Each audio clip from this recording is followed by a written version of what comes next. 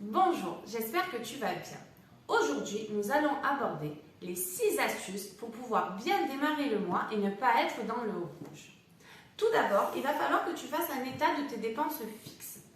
C'est-à-dire que tu additionnes, par exemple, ton loyer, ton essence, ton assurance voiture, ton crédit voiture, ton téléphone, Internet.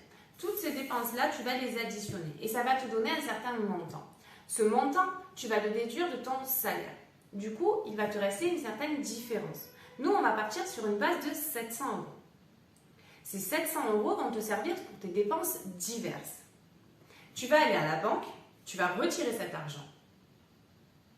Et l'idée, c'est de mettre cet argent dans des enveloppes que tu vas nommer.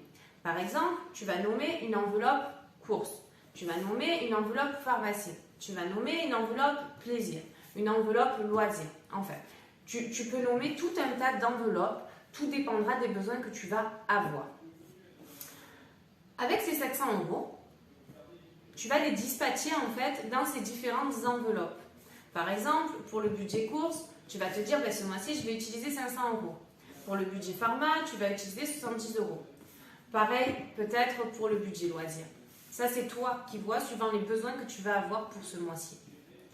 Une fois que tu as inséré l'argent dans les enveloppes, il faut te tenir à ce qui est dans les enveloppes. Si, par exemple, tu as fini ton budget pharmacie, il ne va pas falloir piocher dans le budget course pour pouvoir aller à la pharmacie.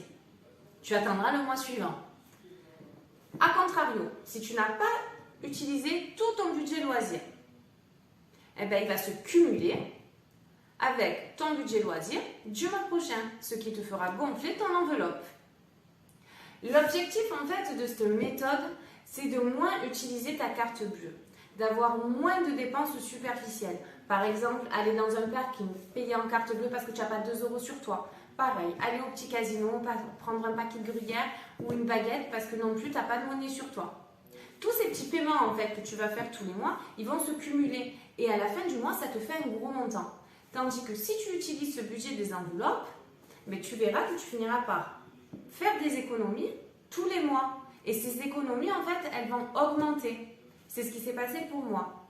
D'ailleurs, si ça t'intéresse et que tu veux aller plus loin, tu peux très bien visionner ma formation sur le budget que je propose. C'est une formation en ligne que tu peux retrouver dans le lien que je vais te partager. Et si tu as besoin, je reste disponible pour toute question pour en savoir plus sur cette méthode qui te sera très utile, je l'espère. À bientôt!